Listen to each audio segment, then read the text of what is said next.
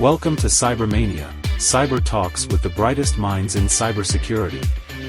Discussing risks, AI, emerging threats, workforce challenges, and more. With your host, May Brooks.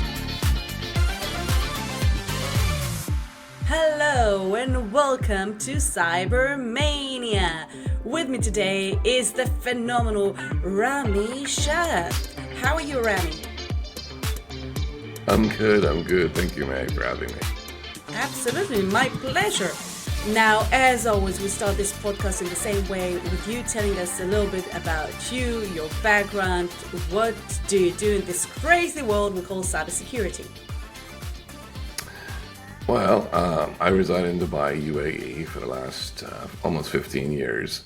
My background has been in the blue team, defensive roles, mostly in incident response and cyber intelligence. Perfect. Well, you gained a very strong reputation for your expertise in threat intelligence, cyber threat intelligence, incident response, etc. Could you share a particularly challenging incident you've managed over the years and the strategies you employed to mitigate it? Well, I mean, there's one incident that I really like to share that I think it would be insightful. So it's not the most challenging, but it was certainly interesting. It was an entity in the UAE that was experiencing, and it was an enterprise entity, and they were noticing that their long distance calls were really, really high. And they come to know that there's some sort of, unauthorized access to a certain, let's just say a VoIP kind of solution. And that was, we got called on it at the company that I was working for at the time. And looking at this, thinking to myself, wow, where do I start? And really what I started is just looking at the access controls of this particular system, which is a complete black box for me. But one of the strategies I looked at this, as an incident responder is basically logs are gold. So anything to do with logs, you try to capture as much as possible. But it's what logs it's valid and what's relevant is where your wisdom and experience come into play. Particularly if the logs are being wiped out by that particular actor to hide their tracks. So in this case, I would rely on logs and like subsequent logs or logs that would be in parallel to that solution to create a timeline. And that's what's important, is that to find out where things happen in that particular time. When it came to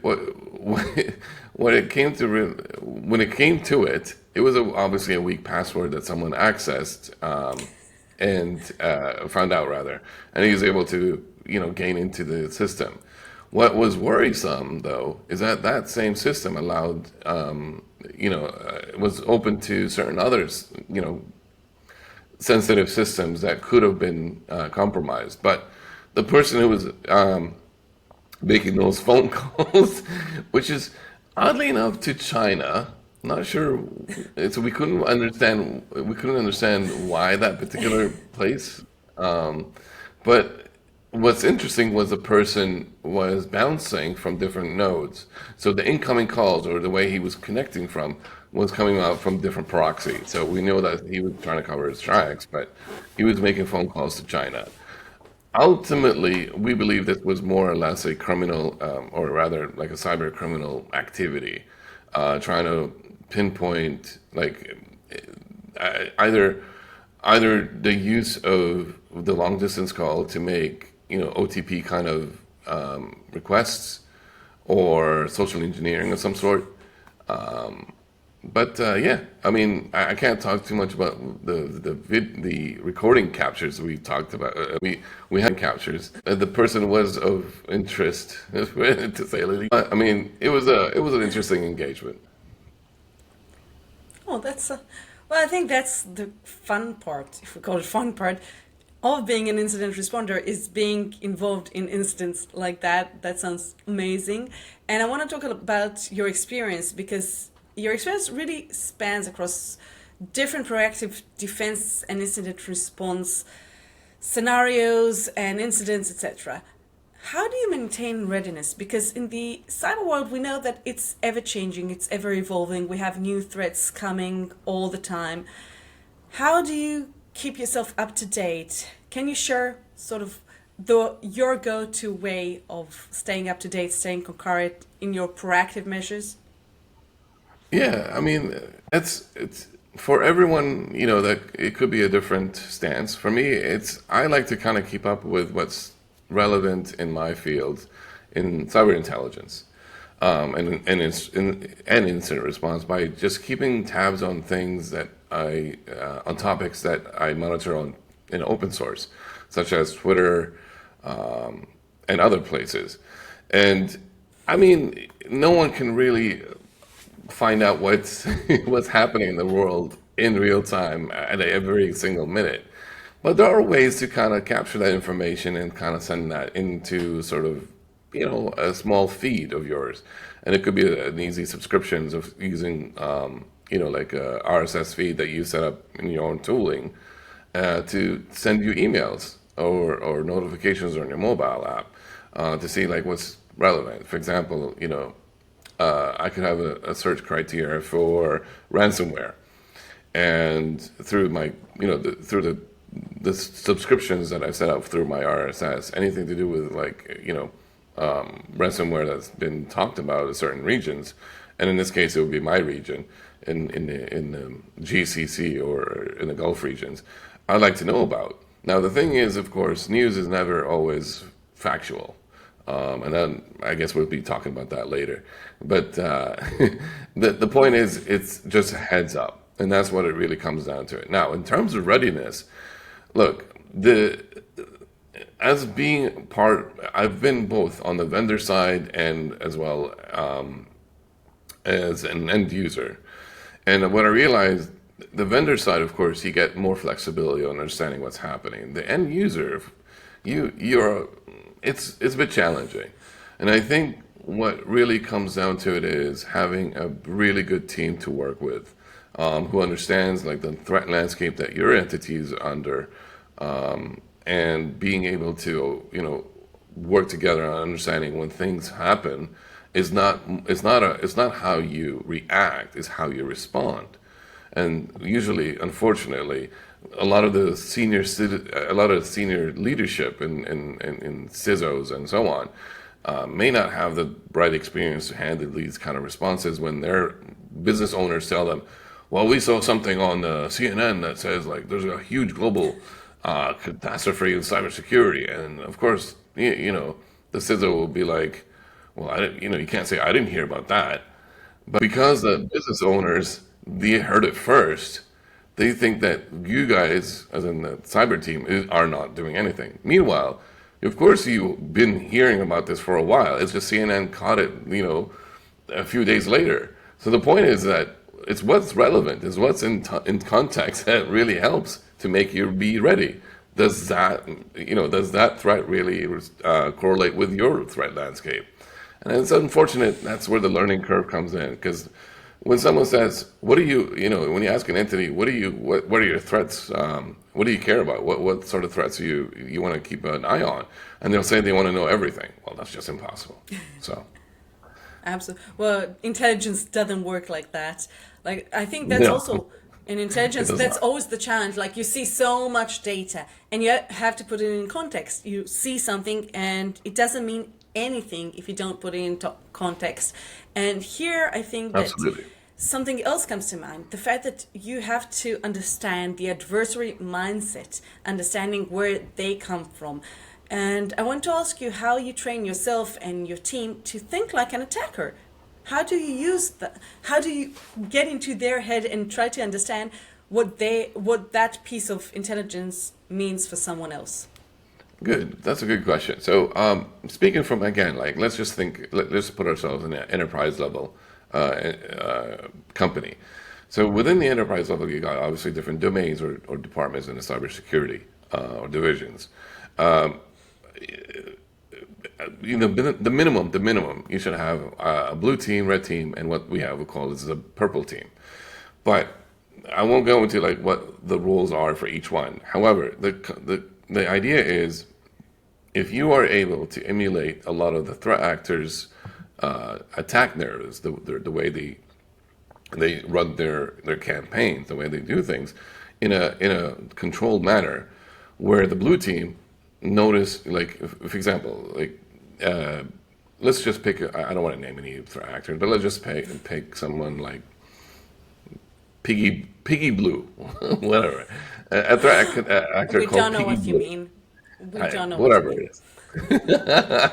And that particular threat actor is a criminal-based actor, so they're obviously after, turning assets in the company into money generating operation.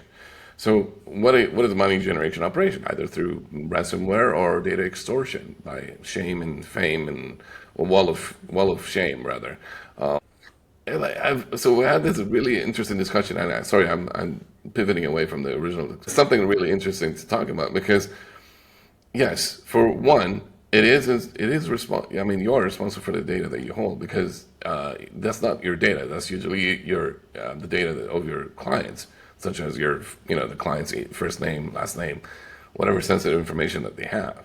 So I would be very, upset with one of the companies that I worked, that my information is being used for my services and their company, and all of a sudden being leaked. But does it really affect their business? That's a question for Well, another time. I think that's a huge question, and I think that's something that a lot of both penetration testers, cyber intelligence, CISOs, and people in general, business managers for sure, they miss that aspect of what does it mean if that happens to me? How would my customers react to something? And it's very different. And that's actually part of what I'm researching now in my doctorate is how will customers react to a data breach? And it depends on the Yeah. industry, but it's not just the industry. It depends on the region in the world. If we take the financial industry, and I've been monitoring that industry for a while, I've actually seen breaches in parts of the world that I said, okay, this company is wiped, that's it. A year later, I go back, look at what's going on. They haven't lost business. Like, did they lose money? Yeah, of course they did. They had a few days that they were down and they got fines from the regulators. Fine. But their customers didn't leave.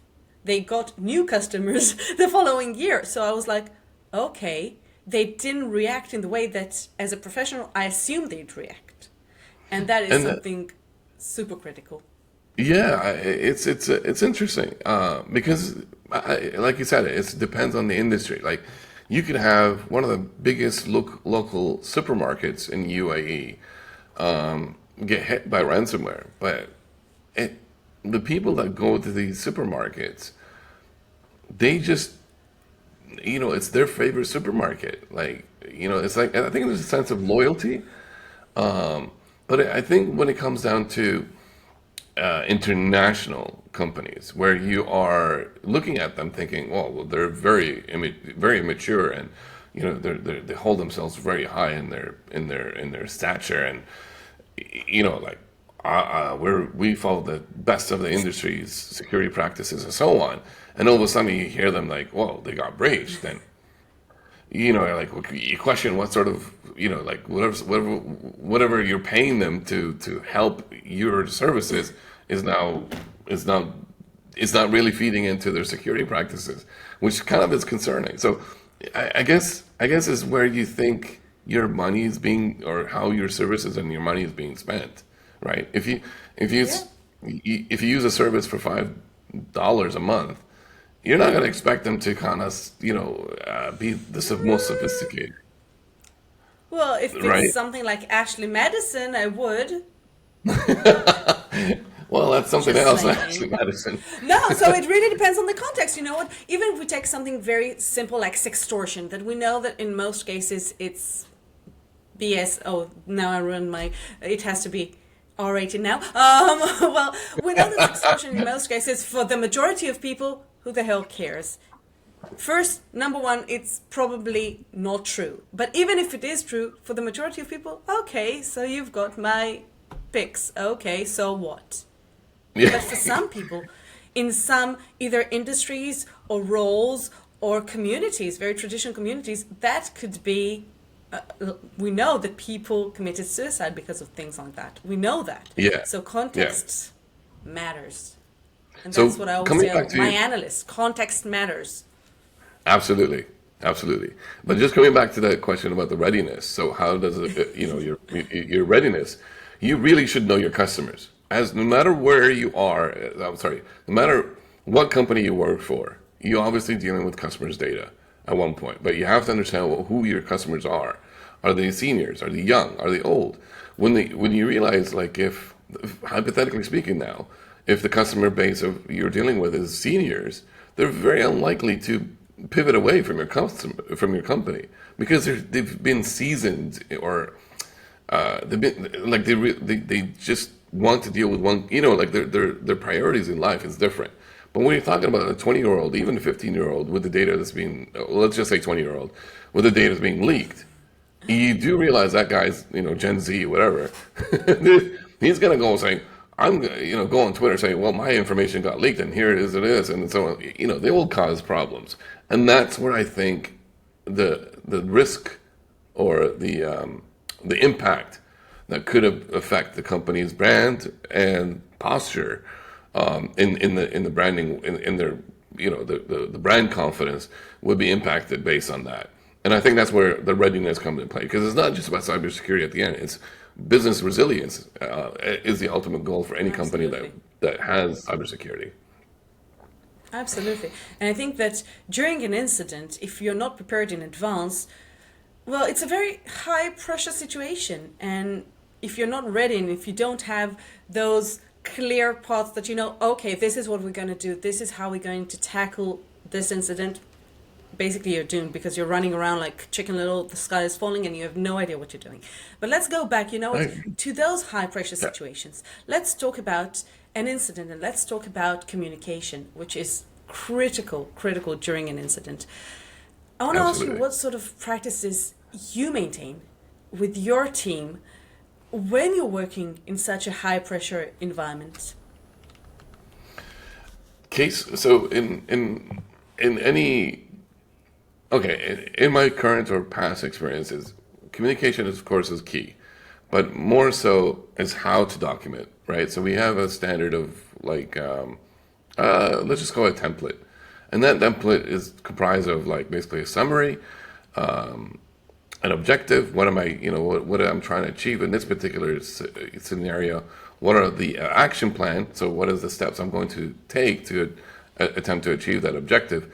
And then the plan itself. And the plan is basically who are the resources that I need, which customer I'm going to speak with, and what what systems are being exposed that I need to access to gain information from. And that's really what it comes down to. It's concise and concrete data reporting that the data that you get from the reporting helps streamline a lot of the business across our team.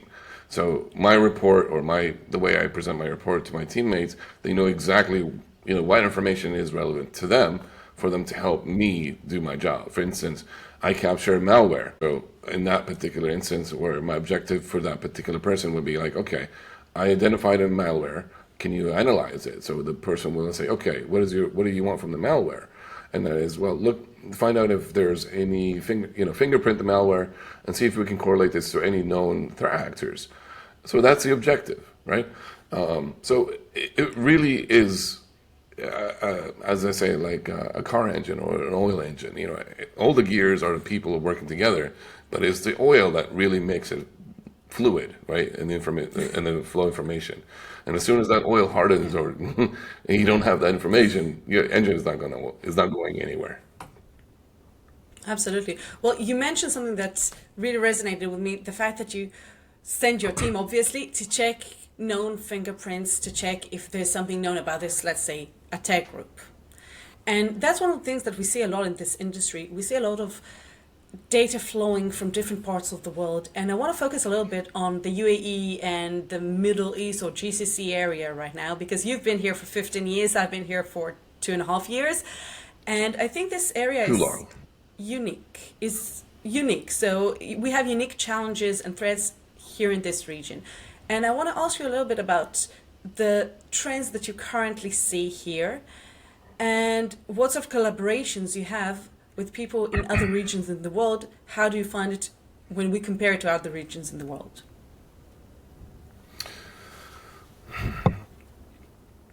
So Hard one.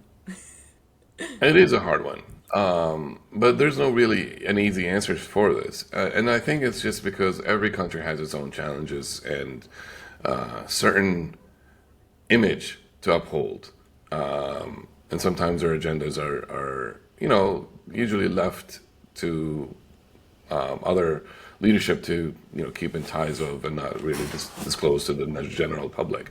Whereas, for example, in Canada and the U.S. have their own kind of campaigns to say or legislations and bylaws and what have you that would announce what sort of things that they want to do. But speaking of Middle East, has it been challenging? Yes, but in the last, I think that 5-10 years, it has grown, considerably in the cybersecurity world. Whereas, like, I guess you would say, in areas in the Western world or in Europe, you would expect that sort of maturity there. And at the end of the day, just because there's a maturity there and the lack of maturity here, it almost think you can't hide from the threats. That's the key takeaway, is that no matter where you are in the world, threats are always going to be there. And I think it comes down to being ready, and a lot of the companies here are in the UAE. The only, in my personal opinion, my professional opinion, I think it's the lack of communication and collaboration is where things can really hinder on how to address problems. Oh, absolutely. I think that for me, coming here, and I think that the fact that if we look at the UAE, and for people listening who are not in the UAE, I'll tell you that about 85% of the population here are expats, meaning we have people from all over the world coming. Some, like Rami, are here for the last 15 years. I came 2.5 years ago.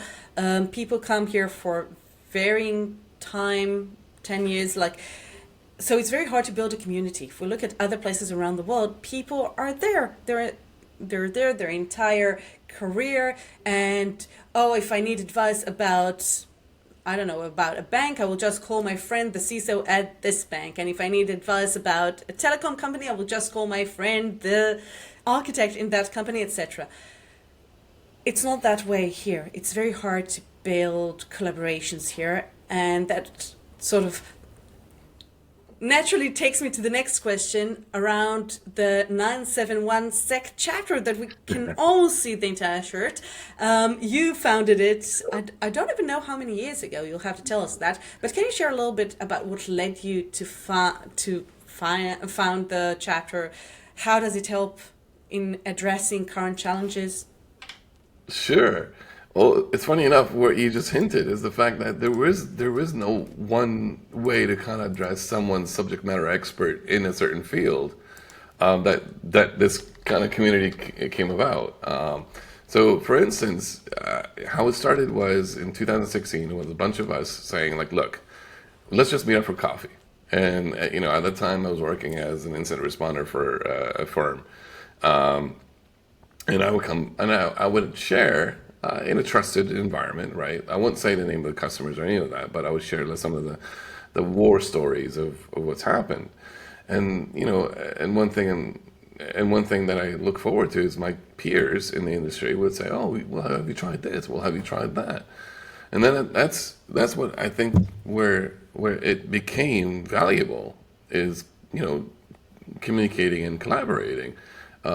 Such as, like, well, here's an IOC that you need to look at, or here's a hash of a certain malware you should be looking for. I mean, that's just talking simplistic here, but obviously there's more granular details to the incident than that. However, so yeah, it was 2016 that we founded this, and then it went from a coffee shop meet to presentations, in a few years after that. And we grew from like, I don't know, starting off with 5, 6 people to about 300 and something odd people in a group. And the thing is about this group is that it's not necessarily famous. And I like to keep it that way. I think what's interesting is that if you know, you know, and that's what I think everyone likes. Now I feel It's special. just one of those, and yeah, but if you notice, May, like I mean, you've seen it in the group. The every once in a while, when someone raises a question, it does bring out a lot of I don't want to say controversial thing, but more it brings out both sides of the story. Like people are thinking outside the box rather than just giving the oh you should just follow the best practices. Well, I mean everyone yes will follow the best practices, but I really want someone's opinion.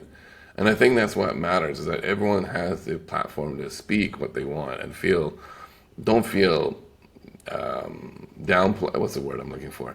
They don't feel alone. Like they don't feel like that I'm just shouting at something that no one's Exactly. hearing. So it sounds like trivial that you think like well Rami this is like anywhere right, but here's the truth of the matter. You live in a country that doesn't really collaborate very well or communicate very well, and is very. I mean, languages is in everyone in UAE, as you know, like it's a multi-diverse culture, and English is not certainly, even though it's spoken here, it's not certainly the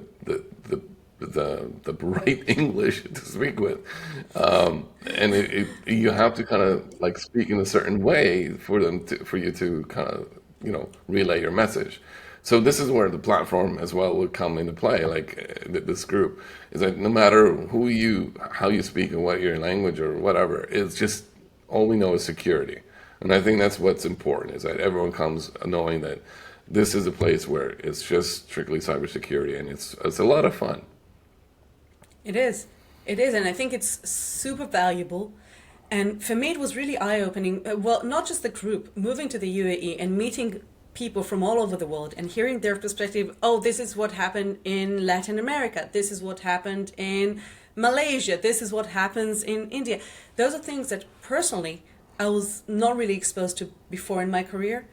And it is eye opening to hear different perspectives based on people's backgrounds. And I think that's also something that is very valuable in the group because I'll ask a question and someone will say, oh, wait a minute, I've seen that 3 years ago in Thailand.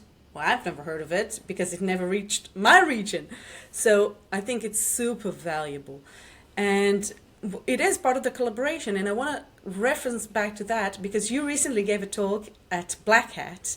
You gave a talk that you called it, I loved it, There is no I in intelligence. And I want to ask you, what inspired you to present this specific talk in this specific region? Well, that's pretty much it. Is that people claim that they have intelligence and they have everything. And then I ask them a couple of simple questions, and they just couldn't answer it because their idea of intelligence is just simply as we say in the cybersecurity world, short-lived IOCs or IOAs, right? No, IOAs is something else. IOCs. And Yeah, and the thing that is makes that sense. well, what is it that you're trying to solve with intelligence? What is it you're trying to protect at the end? And I think that's where I was demystifying or setting the record straight on what cyber intelligence is. And it's not necessarily just cyber. It can, like I said earlier in the show, it's about business resilience, right? And how you can maintain business resilience is so you understand where your business can be threatened. So, for instance, if you want to open a branch in Thailand, right? Well, you do need to know what's happening in Thailand. So I was thinking to myself, all right, this would be a good talk to speak about in this region on what is intelligent and what is not intelligence, and breaking down like how intelligence is being fed into the different divisions, how they correlate together, and eventually answer the questions that the business owners or leadership in the companies need to understand, which is bringing it back to the context. How does it affect the business? And if you don't know how to answer that question, then you're not doing the intelligence right. Absolutely. I want to talk a little bit about the fact that you're a leader and a mentor in this community. I want to ask you a little bit about the skills that you emphasize for people in this field or people trying to enter this field. Oh, that's a What good one. makes a cyber professional stand out? Because you stand out, so let's learn I from do you. not. Yes, you do. So here's a funny thing. Here's a funny. A lot of people think, oh man, because I do have a lot of members that do travel to UAE on a visit, and they end up finding themselves in the group, and they get vouched in the group, and so on. But they come for a short while and they leave and they go back home, wherever that would be, and let's just say Europe, and they maintain, the kind of the relationship in the group, and they participate in answering questions. And every so often, I get the message offline saying like, Randy, how can you keep this group going? And they'll tell me straight up. It's like I've been in many groups, and we start off very well, but it will just die off. And they kept, telling me like, well, it's because of you, Randy. And I'm like, I honestly, I don't do anything special, right? I think what's important is that people need to understand is it really is a teamwork, right? I'm just the shepherd, I say. It's just to kind of put people in the right place. I know where to draw in someone's talent and how they can bring in certain people to kind of like keep the ball rolling per se. So coming back to your question, how what do people need to do like to stay up? Like what do they need to know about cybersecurity? So whether you're a student or a professional looking to change directions in your career, and try to familiarize with cybersecurity, the best thing to do is actually start going to events. I mean, how can you start how can you start like knowing cybersecurity if you don't know what are the people, who are the movers and shakers? And one of the events is Black Hat, I think. Is you get to really see what are the current and today's kind of like technology scape and the threat scape that may be lingering in that world, right? So and by seeing this, you get to understand, well, wow, this, something will click, and it would be like either blue teaming, which is the defensive role, or red teaming, which is the offensive role. And of course, I chose blue teaming because it's better. And I agree. and there you go. And then, so how do you, stand out? I think one of the things you need to do is look at what you are capable of, right? If you are, you never coded for the life of, I'm a coder, but I'm not a developer. So I don't write software or anything like that. But if I need to write certain scripts or what have you to perform certain tasks for my incidents or for my job, for my threat intelligence, what have you. And for that to happen, I need to understand languages. And one of the languages people like to get comfortable with is Python. So start learning Python, because that's usually the easiest language to learn and the most common one that a lot of cybersecurity practitioners would potentially use to do their job. But if you're not a coder, you can still go into the governance side, but I consider that boring. However, there's plenty Depends. of Governance is, but depends. risk management, not necessarily. Just saying.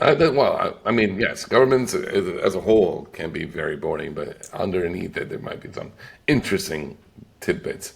But let's just put that aside. So, and the other thing is, okay, so talking from a technical perspective, try to adhere to like coding or picking up a language. From a social perspective, find out once you started coding, and know how to write code. Try to publish your work on GitHub, right? And GitHub is a code repository for the public. And I guess when you start developing this thing about yourself, which is what we call branding, and once you start branding yourself, you become more confident. And when you become more confident, then you become more social. When you become more social, just like me, you tend to find yourself surrounded by smart people Or I like to say, if you're the smartest person in the room, you're in the wrong room. So I like to surround myself, self with smarter people, because then I feel challenged to be better. I love that. I love that. And I want to reference something that happened this morning. This morning I got a message from someone I don't really know. I mean, we're on certain groups together, but I don't know him personally. He reached out, he had a question about his sort of the next stage in his career. And I just prepared a cup of coffee. I didn't really feel like working on my doctorate, which is what I was supposed to do this morning. Said, you know what? I'm free now. You want to have a 15 minutes chat? And we did. So don't be afraid, and that I'm saying to people in this industry, don't be afraid to reach out to people. Most of us are sort of nice, sometimes, depends. But we're so... Sometimes. Most people would enjoy the opportunity to share their war scars, let's say it, and help the next generation. So that's sort of my perspective. I want to ask you about the future. But the future, looking ahead, It's doomed. how do you see? Okay, never mind then. No, I want to ask you specifically about cyber threat intelligence and forensics analysis and incident response. How do you see it evolving in the next few years, particularly in this region and in general as well? Well, in this region, I mean, coming back to what I was saying before. So remember, like UAE is fairly young compared to other countries, right? And as I said, like the last 10 years, it's exploded into adopting the best of the best technologies. One being blockchain. When that train came about, I believe some of the government systems right now are using blockchain to facilitate a lot of the use cases that they had being hindered by in the past. And now, I think AI is definitely going to be a changer, a disruption in the industry, and not necessarily cybersecurity, but of course for any kind of practical sense. But as always, there's a security part to it. Like, can this be poison? Can this be access? What is it that I can do to the AI that would generate certain malicious responses so that it might do something harm to to the users? And I think that's important. But it's really, in terms of the technology that I see here, I can't wait to see where we are in the next 5 years in UAE. I mean, you're already thinking about like the hyperloops or the really fast trains and flying cars. And I think the vision here in the UAE is going to happen. Like it will materialize in coming years. And yeah, that's how I see it. I want to be here to see that. Whereas in places like Canada, where I'm from, oh boy, we're still stuck with funny, burnouts and electric. Sorry, but there's a certain nostalgia. I mean, I can't blame everything on like how things are, but every country has its thing, right? Yeah, I think Canada wins when it comes to nature. Yes, exactly. I mean, look, if it comes to nature, it's fine. But are you expecting a lot of nature in the UAE? Well, if you like sand duning Yeah, or that's fun. camping in the sands And or camping in the running in the sands, sands beaches. and Yeah, yeah, beaches. That's about it. yeah, that's No, about it. It's not a very scenic no. country, but it's fun. No. I mean, there's going to be, like I said, I can't wait to see what's going to happen in the next couple of years in UAE because I think they have the right vision to make it happen.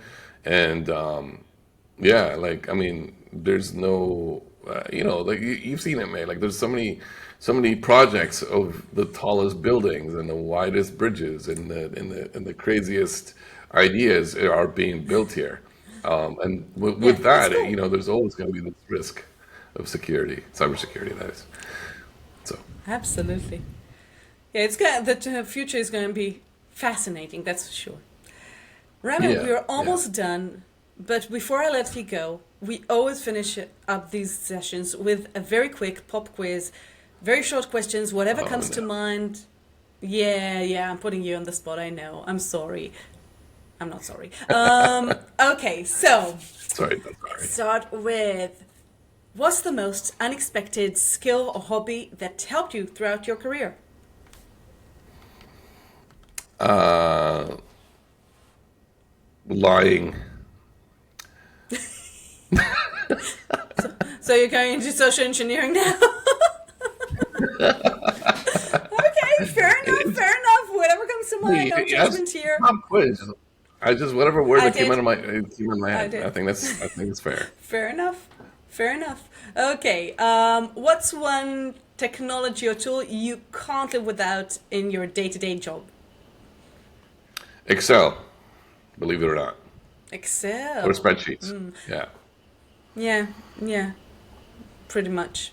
Though today I actually created spreadsheets with ChatGPT, so he might Oh, the role okay. of Excel shoe. Yeah, problematic. Interesting. Well, Okay. to be the reason just for the clarification for the Excel part is remember I like to look at logs. So when I harmonize logs on certain Yeah, that's true. quickly and fast, yeah. So I use a spreadsheet. True. Yeah, true. Um, what's the most daring thing you've done recently that really pushed you outside of your comfort zone? Wow. I don't know. I like my comfort zone. What? Oh my God! What? Anything daring? What did I do recently? Oh man, I just have to now reflect on my life, and because I So used to now, be a very, so very, now I need to challenge you. Now I need to challenge you yeah, to do sure. something daring. I will. That's I it. want to You'll have jump to out of the come back and plane. tell us what you've done. Oh Exactly. no. Oh, I'm sorry. Yeah. Okay. So now you have a challenge. Let's see the next Yes. question. Maybe we'll challenge you again. Okay. What's the latest book or movie that you really enjoyed that had nothing to do with cybersecurity but really enriched your personal life? Okay. Well, I don't know about enrich my personal life, but there's a recent movie that came out on Netflix, Atlas, with Jennifer, with J Lo, Atlas? Jennifer Lopez. Didn't see that. Yeah, I know, and I was surprised. I didn't like it at the beginning, but then it's basically AI, right? And Okay. it's AI, as you know, it's okay. I guess we're not really doing the pop quiz right now, but just for clarity, just for transparency, the reason I liked it is we've reached now. If you notice, the Chat GPT 4.0 whatever version is now able to kind of respond in a very neutral or not neutral. What I'm looking for, personal responses. And I think this movie, when you watch it, you kind of get to see how there's a symbiotic relationship between the person who's using the AI and the AI itself understanding or understanding who the user is, right? And yeah, so I think that was kind of like refreshing to see like it's not just a well gloom and doom with AI, that there is some sort of you know fine line or the silver lining in the future about like having positive AI responses. So, yeah, Nice. I'll have to check it out. yeah, And it's last a but good not movie. least, if you go back in time, what's one piece of advice you would give your younger self? Oh wow, yeah, it's this is going to be quite emotional. No, I think the best thing that I want to give the person, the younger version of me, is love yourself. I think growing up, I didn't appreciate I didn't appreciate a lot of the things that I had or what I've had. And I didn't really love myself.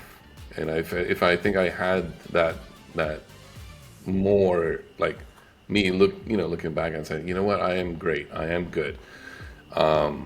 I think I may have been in a better place, but I yeah yeah I'll just leave it at that. I would have been different, I I love think. that. I love that, and we all love you, Rami. You know that. Oh no, Rami, Chucks, come on. ah, Rami, thank you so much for joining me today. And I hope to see you all next time here on Cybermania.